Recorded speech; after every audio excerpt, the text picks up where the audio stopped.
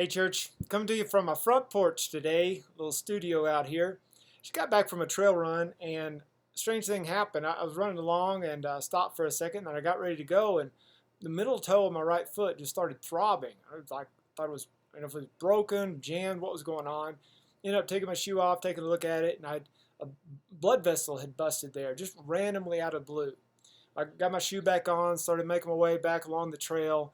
And as I did, I felt like God's Spirit brought to my spirit this reality out of 1 Corinthians 12 that every part of the body is indispensable.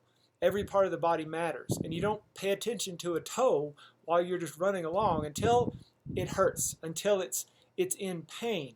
And then when it's in pain, when it's hurting, even though it's a part of the body that you might not have been paying attention to, you have to care for it. You have to address it. You have to tend to it.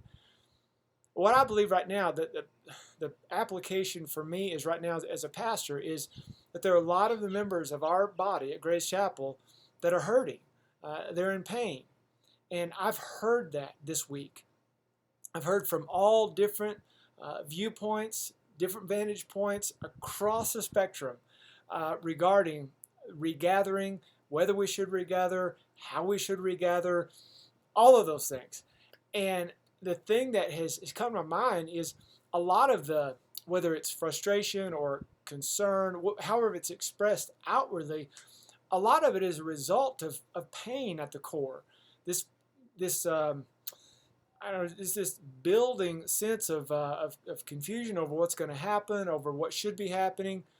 And so I just want to say to you, church, I hear you, and I sense and I get the pain, and what I need to communicate to you, and what I hope that you can hear me saying, is that you're not the only one. You're not the only one who's experiencing pain, who's experiencing strong feelings, one viewpoint that may say we should disregard every restriction and just go back to normal, or another viewpoint that says we should do everything we can to adhere to every restriction imaginable, or somewhere in the middle. Wherever you are, it's immaterial. But here's what I need to say to you. You are part of one larger body. And so the ideal that I think Paul's talking about, 1 Corinthians 12, when he talks about the church being like a physical body, is that each member would look out for and care for one another. That means if a toe is hurting, it's free to express its pain. It's free to express its discomfort, displeasure, whatever it might be. But it also needs to be mindful that it's not the only part of the body. It's connected to everything else, with Christ ultimately being the head. And so, as a pastor, and I can say along with our elders, we have painstakingly tried to think through what the wisest approach for us as a church is. Obviously, we're not out to win a popularity contest. We're here to please Jesus ultimately. And so I'm moving forward with this strong confidence in my heart and spirit that that's what our heart is.